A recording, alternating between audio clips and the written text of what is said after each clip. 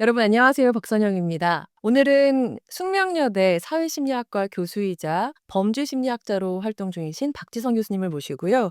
보이스피싱 범죄의 구체적인 사례들 속에 숨어있는 심리학적 요인을 분석해보고 어떻게 하면 이 보이스피싱을 예방하고 대처할 수 있는지까지 알아보는 시간 가져보겠습니다. 교수님 안녕하세요. 안녕하세요. 박지선입니다. 오늘 아주 중요한 문제를 다루는 자리에 불러주셔서 저도 감사드립니다. 중요한 문제라고 말씀을 주셨는데 이 보이스피싱 범죄가 나날이 심각한 사회 문제가 되고 있습니다. 이거 왜 이렇게 막기 어려운 걸까요? 일단은 정보통신과 금융기술의 발달로요. 과거에는 주로 메시지나 통화를 활용한 이런 수법 정도에 그쳤다면 지금은 SNS나 메신저를 활용한 수법들까지도 활발하게 사용이 되면서 보이스피싱 수법이 굉장히 다양해졌어요. 게다가 예전에는 주로 노년층을 노린 범죄들이 많았는데요. 이 SNS를 범죄에 활용하다 보니까 이걸 많이 사용하는 젊은 세대에게까지 이 보이스피싱 피해가 많이 확산이 되고 있죠. 그러니까 기술 발달에 따라서 수법도 발전하면서 오히려 범죄는 막기가 어려워지고 그러다 보니까 피해도 광범위해지면서 사회 전반의 문제가 된다는 말씀이네요. 뭐 자연스럽게 과거의 보이스피싱 범죄랑 현재 보이스피싱 범죄를 비교해 주셨는데 또 다른 차이점도 있을까요? 네. 뚜렷하게 변화된 경향을 저는 두 가지 정도로 보는데요. 첫 번째가 조직화 경향이에요. 요즘 보이스피싱은 주로 범죄 조직으로 움직이면서 피해자를 유인하는 유인책이라든지 또 범죄에 활용될 대포통장과 같은 수단을 모집하는 모집책, 또 현금이나 사기 수익을 수거하는 수거책 등등 이런 식으로 업무 분담이 되어 있어요. 그러다 보니까 심리학적으로도 조직원들 사이에 책임의 분산 현상이 일어나서 나는 모집만 했을 뿐이야. 나는 전달만 했을 뿐이야. 이런 식으로 보이스피싱 범죄에 대해서 서로 죄책감을 가지지 않으려 하는 이런 경향이 관찰이 됩니다. 그러니까 인출책 같은 경우도 보이스피싱 피해자분들한테 맡긴다는 얘기를 들었거든요. 네. 고수익 아르바이트 모집 이런 걸 통해서 서류만 전달하면 된다. 뭐 상품권 같은 것만 전달하면 된다. 이런 식의 퀵 서비스 알바라는 식으로 아주 간단한 업무라고 안내를 해서 사람을 유인하고 또 건당 금액도 굉장히 높게 제시를 해요. 그런데 이렇게 지원자들을 모집해서는 보이스피싱 인출책으로 활용하는 이런 범죄도 발생을 하고 있어요. 고수익 해외 취업 사기 이것도 큰 사회 문제로 불거졌죠. 이런 것도 막 취업 보장해 준다고 하고 숙식, 교통비 지원해 준다고 하면서 금융범죄에 가담시키는 방식인 거죠. 맞습니다. 특히 고수익이라는 말로 광고를 보고 연락하거나 아니면 주변 지인으로부터 일자리를 권유받거나 이렇게 해서 찾아갔을 때 막상 납치나 폭행 또 감금을 당해서 범죄에 가담하게 되는 이런 경우도 많아요. 이런 사례들 말고 또 최근에 보이스피싱 금융범죄의 특징은 뭐가 있을까요?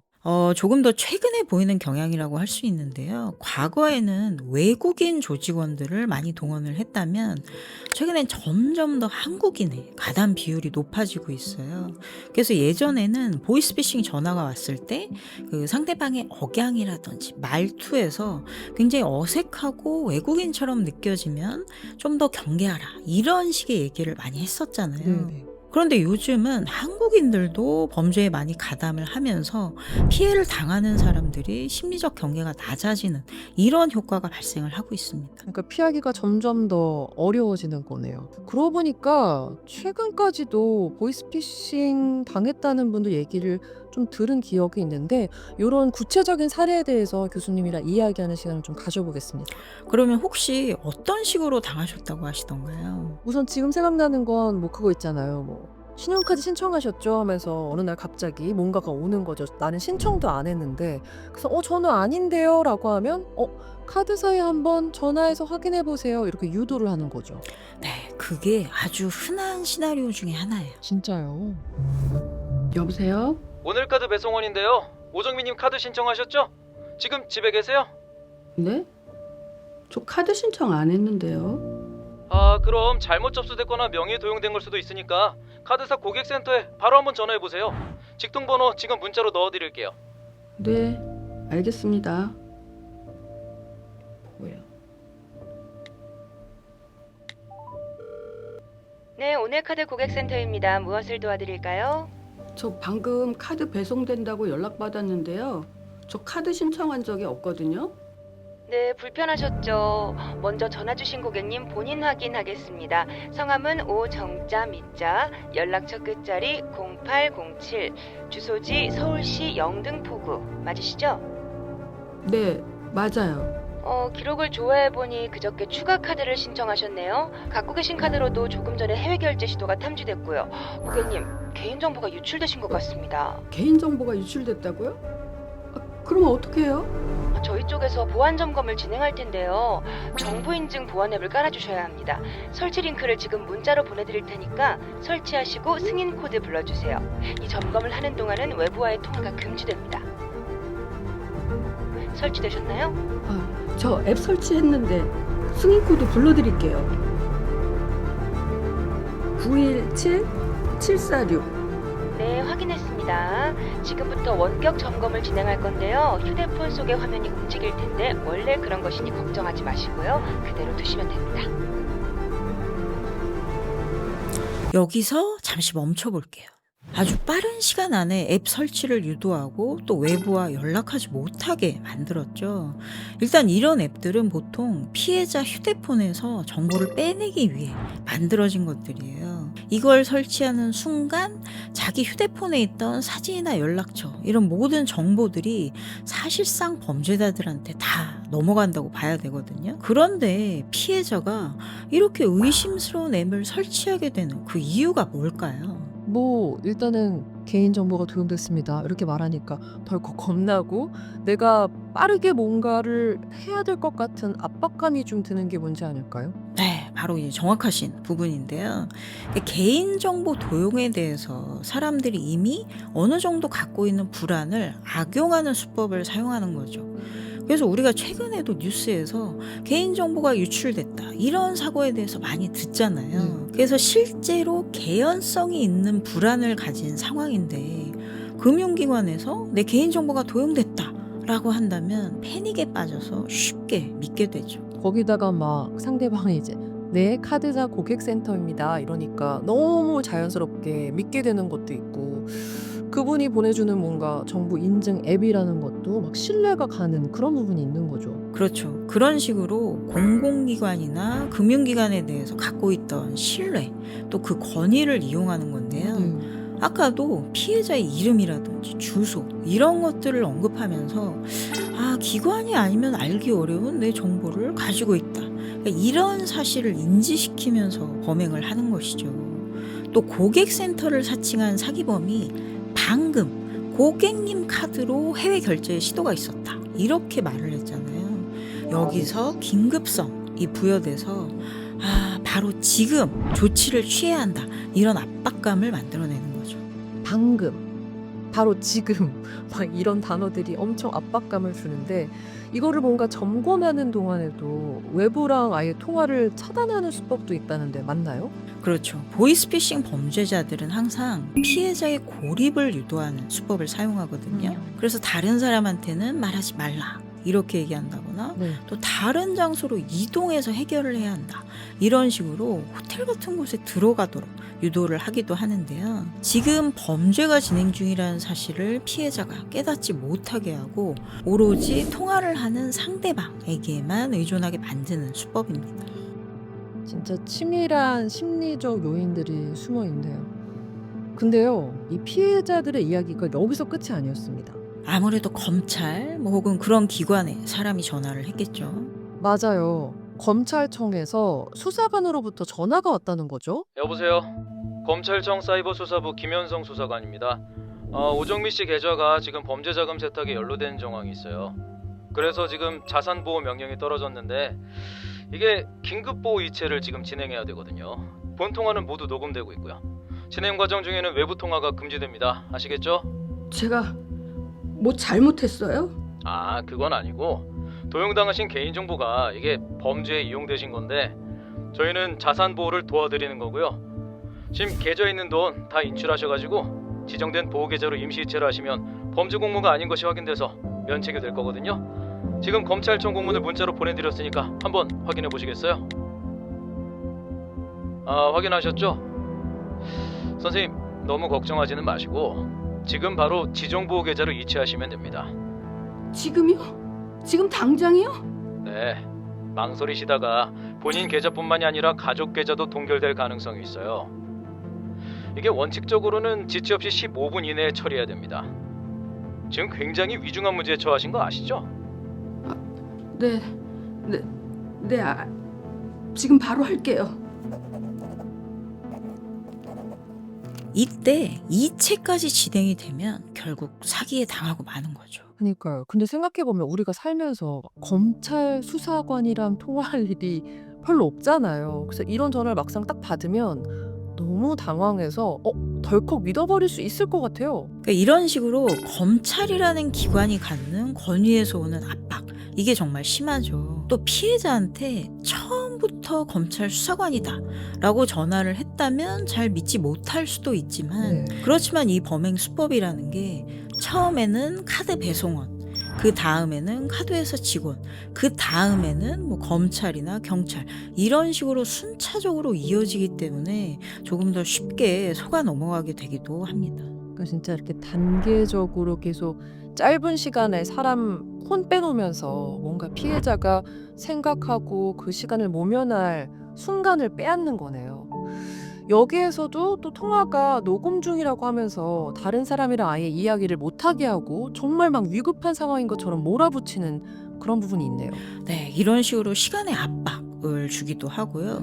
또 여기다가 검찰 같은 공공기관을 사칭하면서 추후에는 가족의 계좌까지 동결이 될 수 있다거나 또 영장 발부 가능성이 있다거나 또 재산이 압류된다, 이런 식으로 추가 피해에 대한 우려를 계속 주입하면서 공포를 심어주는 이런 수법을 씁니다. 진짜 생각보다 훨씬 더 여러 사람이 동원되고 단계별로 치밀하게 짜여 있습니다. 근데 최근엔 또 이 사례랑 유사한 걸 들은 게 있어서 좀 여쭙고 싶은데, 검사를 사칭한 사람이 범죄 연루 가능성을 막 언급하면서 자금 전수조사를 위해서 모든 돈을 인출하십시오 막 이런 부분까지 있다는 거죠. 그래서 이 돈을 현물로 바꿔서 전달해야 책임을 면할 수 있다면서 골드바로 교환해서 전달하라고 하는 거죠. 아니 근데 왜 돈을 바로 이체하지 않고 이런 행동을 구치시키는 걸까요? 계좌 이체를 유도하는 경우는 계좌 이체형 혹은 비대면 편취형 보이스피싱이라고 하거든요. 그런데 지금처럼 조직원이 직접 피해자로부터 현금이라든지 아니면 골드바 같은 현물을 건네받는 이런 수법을 대면 편취형이라고 보통 이야기해요. 네. 그런데 요즘에 보이스피싱 범죄가 워낙 많고 또 피해가 굉장히 커지면서 대포통장 규제도 심해지고 또 지연 인출 제도라는 게 생겨서 송금을 받고도 30분이 지나야 인출할 수 있다든지 아니면 또 인출 한도를 굉장히 낮게 설정한다든지 이런 여러 가지 조치들이 적용되고 있거든요. 네네. 이제 그러다 보니까 계좌 이체로 돈을 받더라도 그 돈을 실제로 획득하는 이런 게 더 어려워지면서 지금은 대면 편취형이 늘어나고 있는 추세입니다. 그래서 현금을 뽑거나 또 골드바로 교환하거나 이런 과정들이 사실은 더 번거롭고 단계가 더 복잡한데도 불구하고 최종적으로 범죄 수익금이 발생할 가능성이 더 높은 이런 수단으로 판단하는 거죠. 진짜 치밀하네요. 근데 교수님, 저희가 이런 일을 피하면 좋지만 당해버렸어요. 그럼 어떻게 대처를 해야 좀 피해를 최소화할 수 있는 걸까요? 그러면 한번 결정적인 순간으로 돌아가 보시죠. 개인정보가 유출돼요? 그러면 어떻게 해요? 저희 쪽에서 보안 점검을 진행할 텐데요. 정부 인증 보안 앱을 깔아주셔야 합니다. 설치 링크를 지금 문자로 보내드릴 테니까 설치하시고 승인 코드 불러주세요. 여기서 가장 중요한 건 이런 시나리오의 단골로 등장하는 앱 설치 부분이에요. 이게 굉장히 간단하고 또 그래서 더 중요한데 아까 말씀드렸듯이 앱을 설치하는 순간 나의 모든 정보가 범죄 집단의 손에 넘어가게 된다. 그래서 누가 앱을 설치하라고 요구한다면 그 순간 무조건 멈추는 게 필요합니다.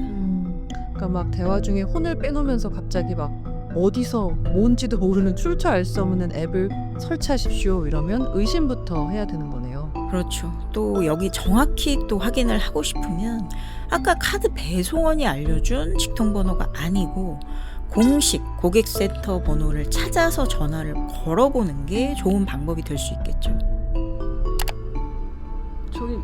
제가 이런 식으로 앱을 깔아본 적이 없어서요. 제가 알아보고 다시 연락드릴게요. 고객님 잠시만요. 개인정보 도용 사건이면 지금 바로 확인해서 해결하셔야 돼요. 아니에요. 괜찮습니다. 제가 알아볼게요.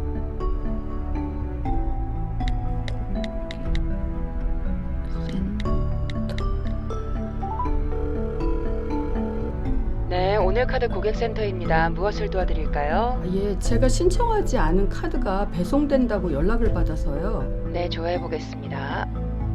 고객님 명의로 신규 신청된 카드는 없는 것으로 조회됩니다. 최근에 이런 유형의 보이스피싱 범죄가 많이 신고되고 있습니다. 절대로 바로 믿지 마시고 지금처럼 저희 공식 고객센터 번호로 꼭 확인을 부탁드립니다. 네, 알겠습니다. 감사합니다. 이게 공포심을 유발한 범죄의 수법인 만큼 이런 사례를 잘 들어뒀다가 오히려 막 두려움을 잘 극복하고 시간을 들여서 직접 확인하는 그런 습관을 좀 들여야겠어요. 그래야지 피해를 막을 수 있는 것 같습니다. 요즘은 금융기관들도 보이스피싱 예방 교육을 철저히 하기 때문에 피해를 당하고 있는 것으로 의심되는 경우에는 이렇게 고객센터나 은행 창구 직원에게 도움을 요청하면 많이들 도와주신다고 하더라고요. 또 국민은행에서도 최근에 이런 사례가 있었다고 들었는데요.